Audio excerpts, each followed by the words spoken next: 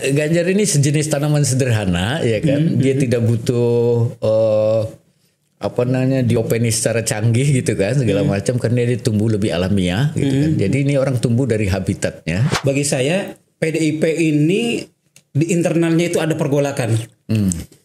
Sementara di satu sisi dia punya kader yang itu terah Megawati, terah Soekarno langsung gitu kan, Puan, tapi dengan problem elektoral yang masih sangat rendah. Di sisi lain dia punya kader yang mentereng. Kalau seandainya tanaman aglo yang koleksi Buya ini jenis apa nih? Apa Snow White atau apa? Ini jenis lipstick. Kebanyakan akan disukain oleh ibu-ibu itu macam. Pertama karena murah, kedua dia tidak mengancam bahaya mahal. Bahaya mahal, betul. Yeah.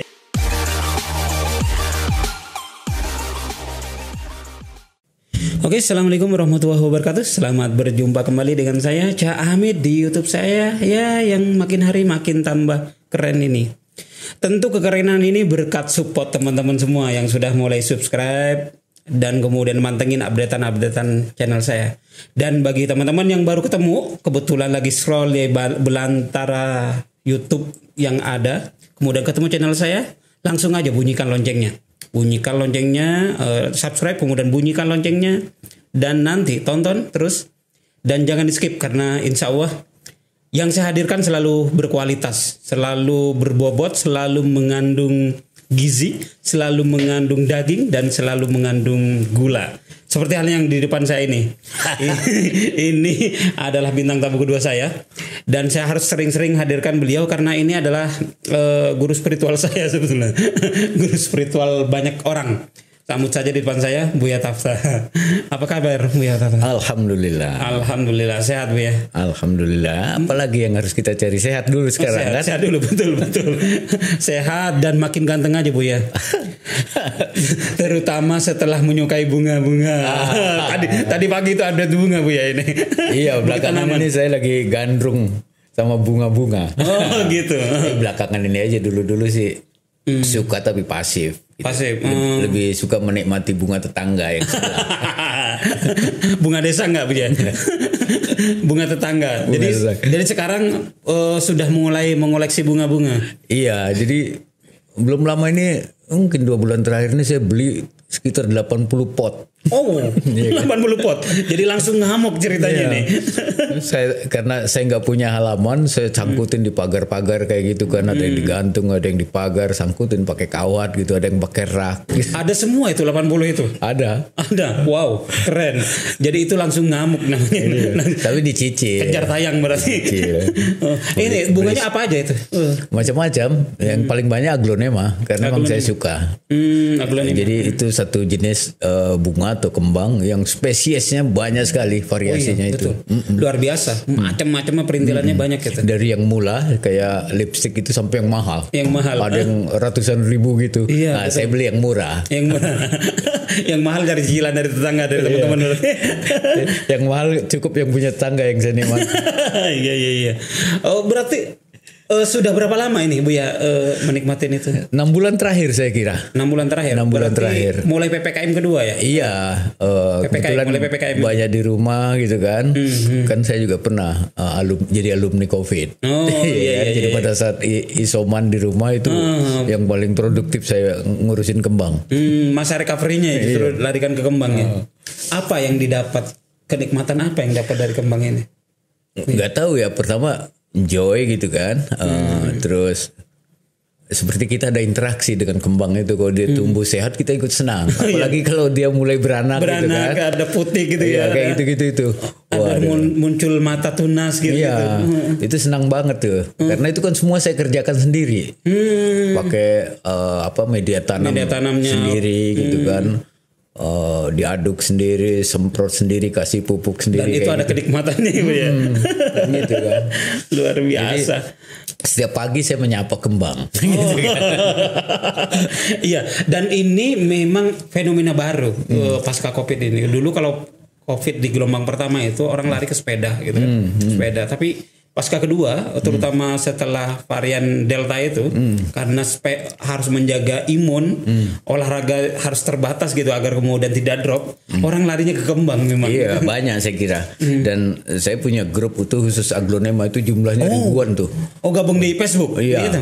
Jadi mereka saling interaktif kan. Jadi kalau umpamanya ada yang penyakitan kembangnya, mereka lalu muncul Share di grup, share gitu, minta petunjuk orang yang sudah punya pengalaman kayak gitu. Terus ada yang senang sekali begitu dia beli bonggol terus kemudian tumbuh gitu kan, segala macam, bahwa itu dirayakan kayak gitu. Iya, karena saya juga pejuang bonggol juga sebagian. Jadi ada custom, ada yang udah jadi, ada yang mau beli bibit, ada yang bonggol. Dan kenikmatan bermain di bonggol itu kayak apa, dalam keagamaan itu kayak sufi sudah. Penungguan yang harus sabar luar biasa itu. Iya, karena itu waktunya berbulan-bulan dan kita harus ngopeni betul kan. Betul. Jadi ada juga yang gagal gitu loh, membusuk gitu kan. Iya, betul harus telaten. Buya ada yang melihara dari bonggol juga? Ada tapi gagal. Dan saya kapok karena itu kan belinya online. Iya, betul. Belinya online, ada yang bagus, ada yang enggak. Betul. Gitu. Biasanya kalau online itu maksimum itu 50% ya jadinya itu bonggol itu. Lainnya memang busuk karena mereka kirimnya udah busuk. Iya. Gitu. Ada juga yang enggak kan, ada yang enggak jujur kan. Betul. Iya, pesannya A dikirimnya B. Iya, B terus bonggol kelihatan di fotonya sehat, enggak tahu pas datang udah garing gitu kan. betul. Pesannya alokasia yang dikirim enggak taunya talas gitu. Iya. Kayak gitu-gitu ya. Namanya online kan. Dan kayak itu gitu. Dinamikanya. Tapi yang enak itu kan kalau beli kembang langsung datang. Oh iya. Datang, pilihannya banyak kayak gitu kan. Dan jadi, itu akan menguras kantong ya. Kalau nggak pinter-pinter jaga. Dan nikmat gitu ngelihat kayak di Sawangan itu kan ada tuh yang luas sekali itu isinya kembang semua tuh. Samping Depak deh. Samping Mall Depak ya. Oh iya betul, itu emang satu area itu semuanya daerah kembang. Oh itu itu. Oh betul-betul kebun kembang gitu loh. Karena banyak pedagangnya di situ dan luas. Ada lagi Buya, nanti itu saya ajak Buya nih. Saya ajak jalan-jalan di Cibubur. Di Cibubur itu ada area itu punya salah satu pengusaha, dia punya apa ya namanya itu. Dan di sana itu ada namanya Kamis Manis, dia diskon itu hari Kamis.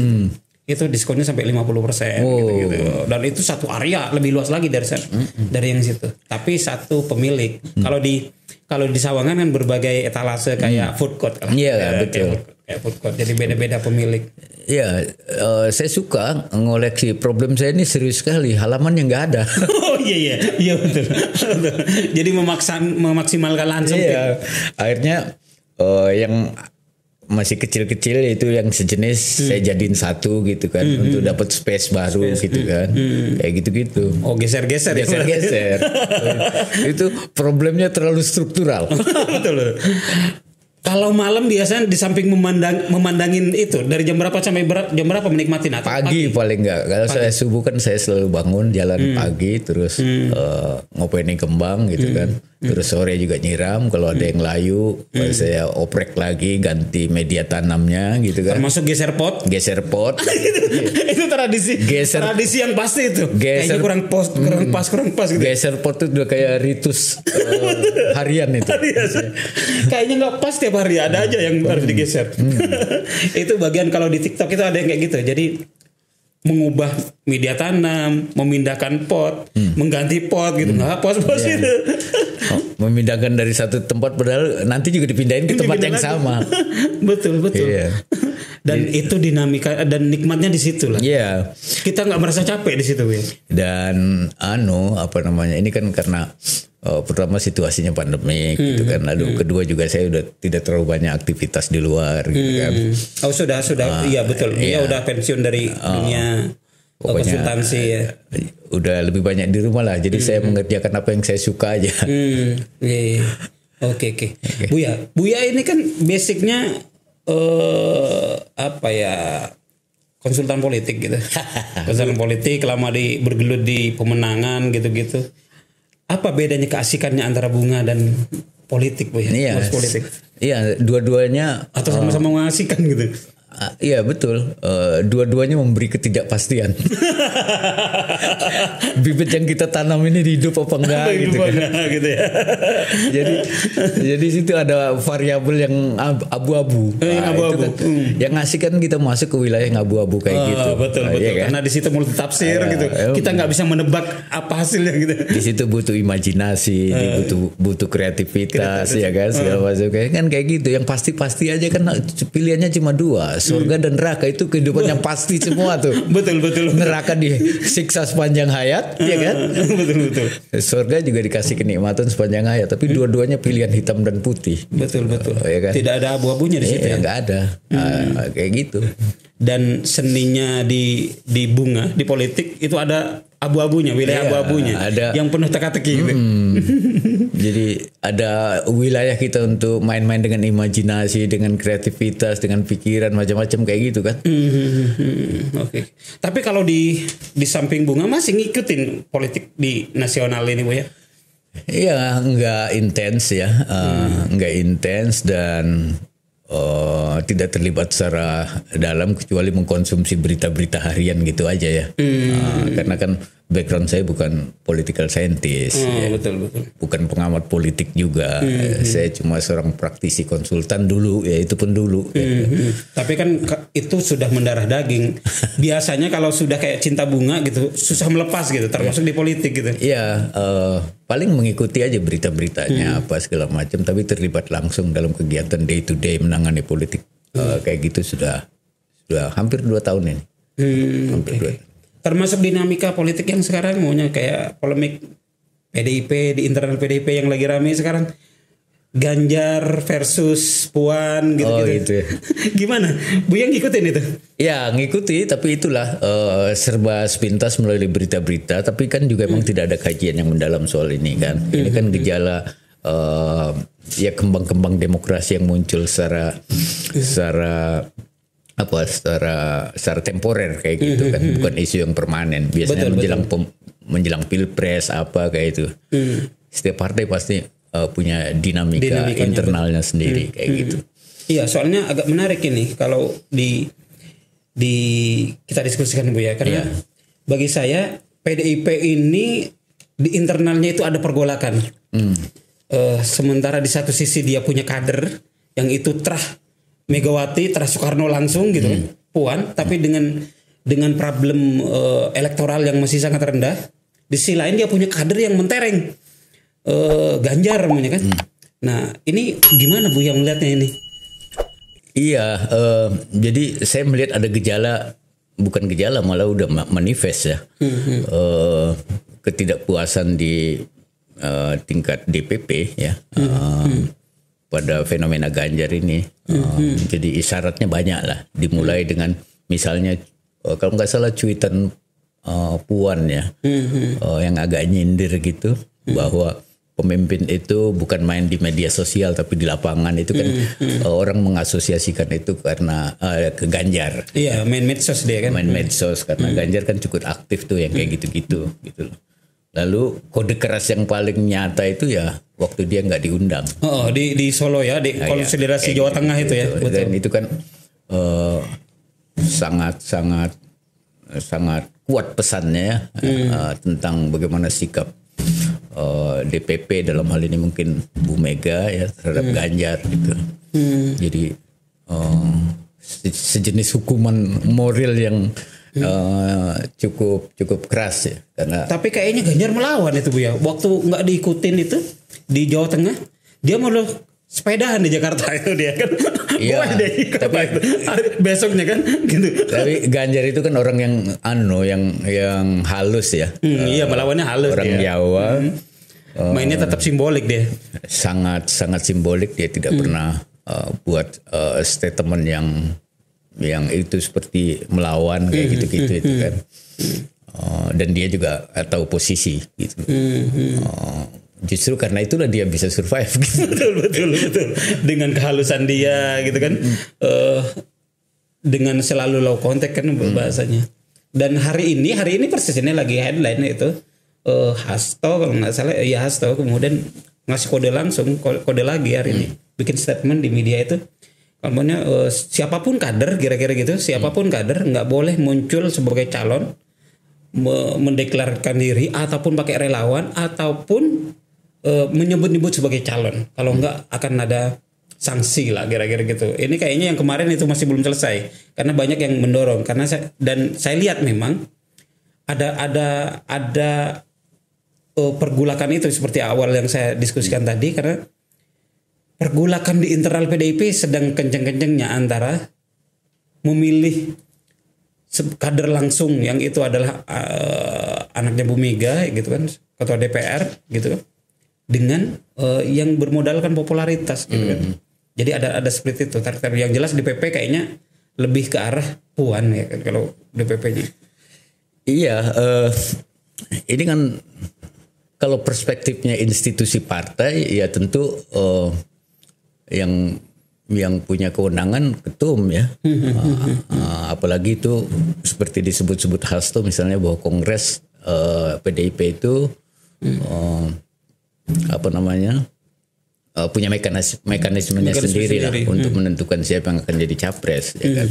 Kalau itu perspektifnya institusi partai atau bahkan ketua umum ya kan. Tapi fenomena Ganjar ini kan harus dilihat dari perspektif warga gitu loh. Betul. Perspektif warga ya. Apa bedanya dulu dengan Jokowi? Betul.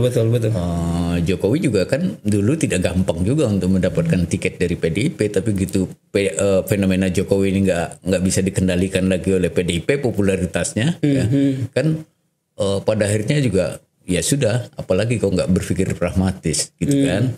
Sudahlah gitu kan.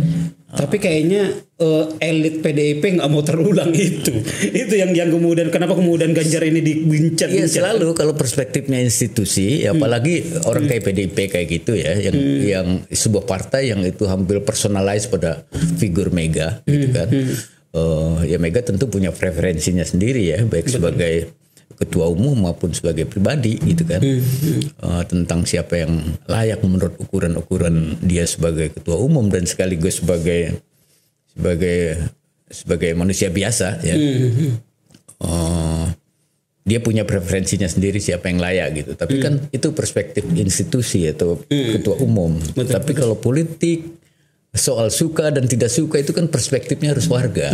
Betul. Kan nggak ada yang bisa melarang warga suka seseorang, gitu kan? Ini bisa jadi akan terulang Bu ya. Iya. Bukan tragedi ya. Apa yang dialamin Jokowi semuanya kan? Bisa saja kalau memang Ganjar seserius itu niatnya, ya kan ingin jadi presiden beneran gitu kan? Kayak gitu. Jadi misalnya saya juga bacanya di berita nggak begitu mendalam bahwa dilarang ada tim apa segala macam kayak gitu kan. Kalau tim kan bukan institusi organik dalam partai. Dia kan ada unsur kerelawanan dari orang yang suka pada seseorang. Jadi lagi-lagi itu prospeknya emang warga, karena itu nggak bisa dikendalikan partai. Gitu kan.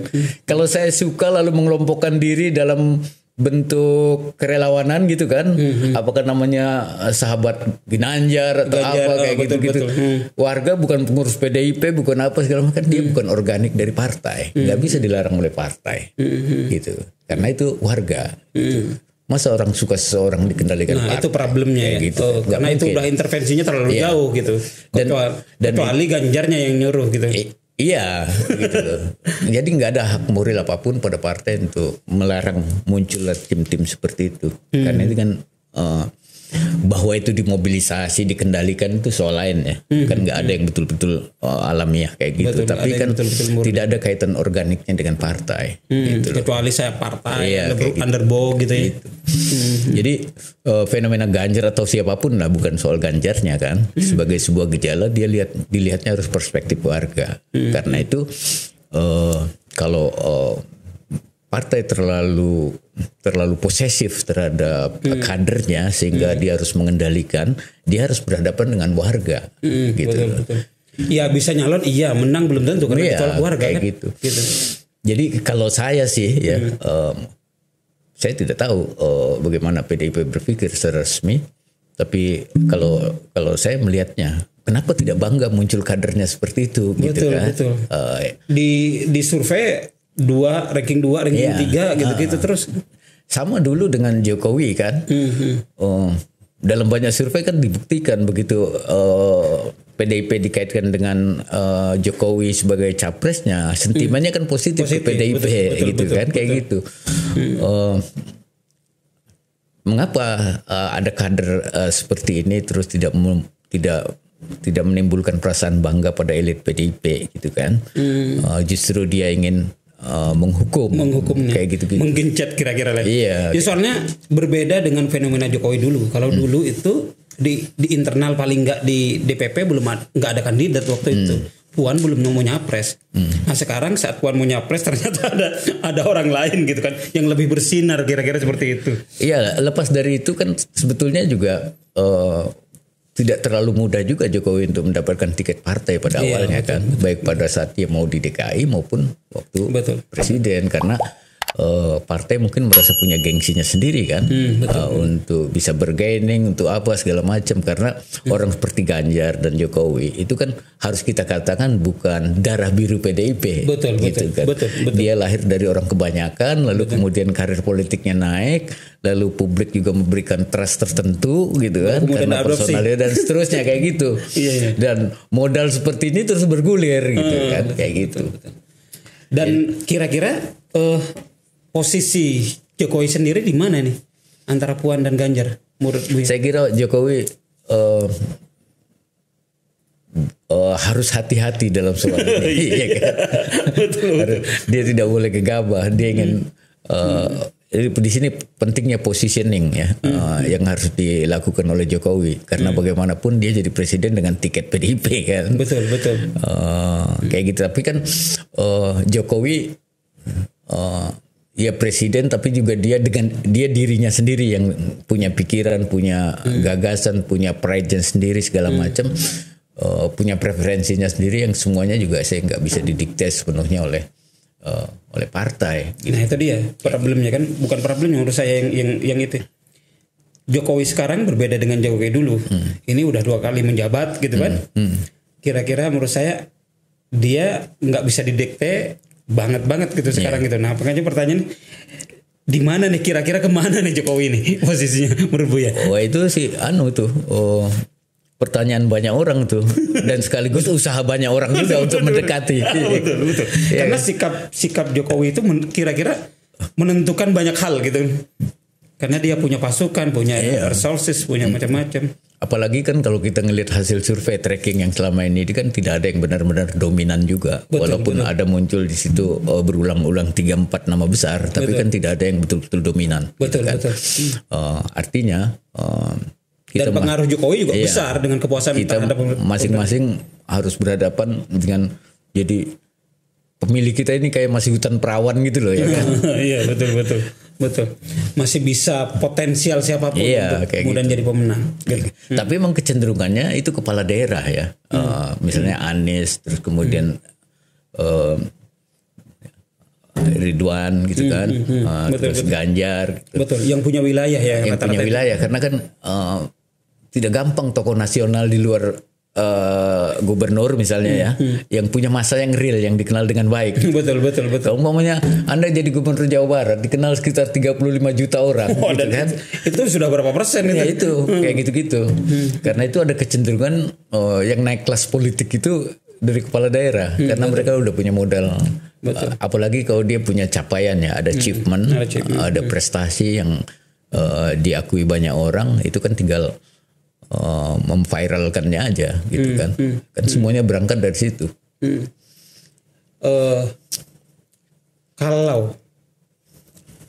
Kalau berandai-andai Buya ini jadi Megawati, apa yang akan dilakukan dengan Ganjar? Tidak melakukan apa-apa, tapi saya akan memberikan apresiasi bahwa kader saya ternyata disukai banyak warga kayak gitu, bla bla bla, karena itu juga kan harus dilihat sebagai aset partai gitu kan. Tapi nanti anaknya sendiri gimana? Ya itu soal nanti lah ya kan. Soal nanti, sebab kalau sekarang ini belum apa-apa menunjukkan tidak suka gitu segala macam, akan kontraproduktif ya.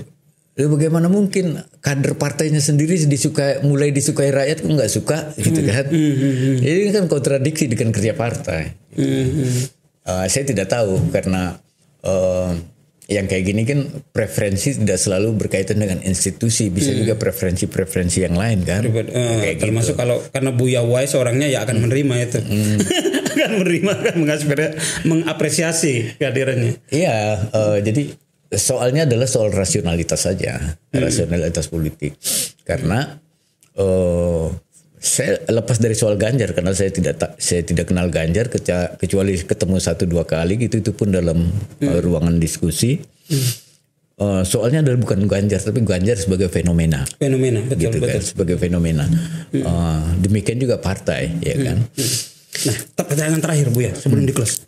Kalau Ganjar ini ibaratnya bunga. Nah, kembali ke tema yang awal itu.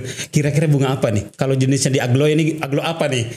Yang kira-kira seksi Ganjar ini? Ya, Ganjar ini sejenis tanaman sederhana, ya kan. Dia tidak butuh diopeni secara canggih gitu kan, segala macam, karena dia tumbuh lebih alamiah gitu kan. Jadi ini orang tumbuh dari habitatnya, ya gitu kan. Dia bukan politisi polesan, gitu kan. Artinya alamiah dan orang kan melihat Ganjar itu ada unsur simpati pada kesederhanaannya, pada personalitinya dan seterusnya kayak gitu. Jadi, nah kalau seandainya tanaman aglo yang koleksi Buya ini jenis apa nih? Apa Snow White atau apa? Ini jenis lipstick. Kebanyakan akan disukain oleh ibu-ibu itu macam. Pertama karena murah, kedua dia tidak mengancam bahaya mahal. Bahaya mahal, betul. Ya. Oke, keren. Lipstick ya. Oke, teman-teman semua. Saya nggak perlu berlanjut-lanjut, yang pastikan tadi obrolannya antara tanaman hias bunga dengan politik itu ada kesamaan, yaitu ketidakpastian, abu-abu gitu kan. Dan fenomena Ganjar gitu kan. Fenomena Ganjar ini ternyata menarik bagi Buya. Bahkan saking wise-nya kalau seandainya Buya jadi Megawati gitu kan. Tadi dia akan mengapresiasi itu. Dan Ganjar seperti apa itu kalau di aglo itu adalah lipstick. Oke, teman-teman semua, kalau yang nggak tahu lipstick itu seperti apa, googling aglo lipstick. Jelas.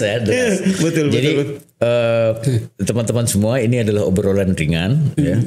Ini sepenuhnya sudut pandang saya sebagai warga biasa melihat fenomena seperti ini. Dan buat saya PDIP ini penting memahami gejala seperti Ganjar ini, karena kalau semata-mata melihatnya dari sudut gengsi partai, otoritas partai segala macam, dia akan berhadapan dengan opini warga, ya kan? Akan kontraproduktif. Iya, itu satu. Yang kedua kan pilpresnya juga masih lama. Belanda masih jauh kan. Ya, ada kemungkinan juga ada problem-problem lain di tengah jalan kan. Betul. Sebab kalau ini dipaksakan terus, berbagai hal kemungkinan yang di luar prediksi teman-teman PDIP mungkin bisa saja terjadi. Betul. Makin digencet makin besar lagi. Iya, makin besar segala macam. Lalu PDIP tidak kasih tiketnya untuk dia nyapres, misalnya kalau benar-benar dia tidak mau kalau benar-benar dia mau nyapres, dia bisa juga dilamar oleh banyak partai lain karena dia menimbulkan sentimen positif buat partai pendukungnya. Banyak yang nunggu itu di tikungan. Kayak gitu-gitu. Jadi begitulah sebuah gejala harus dipahami secara lebih komprehensif gitu ya, dari banyak sudut. Tidak bisa melulu dilihat dari perspektif partai sebagai institusi gitu kan. Karena rakyat atau warga, proses politik di tengah publik itu punya logikanya sendiri. Iya, gitu ya. betul. Saya kira itu, sekali lagi ini obrolan ringan dari warga biasa. Ya, kan? Saya bukan pengamat politik, saya bukan political scientist. Tapi pengalamannya luar biasa. Jadi kalau ngomong itu sohe sebelum. Jadi walaupun mungkin walaupun itu akan sesohe kita ngomongin tentang aglo yang sudah dipelajari 6 bulan ini. Oke, teman-teman, itu saja. Sekali lagi saya ingatkan, subscribe YouTube saya, Syah Hamid, kemudian bunyikan loncengnya dan share. Kemudian kalau ada masukan segala macam ditulis di komentar. Itu saja. Assalamualaikum warahmatullahi wabarakatuh. Dan sampai jumpa di video saya yang lain. Thank you, Buya. Thank you.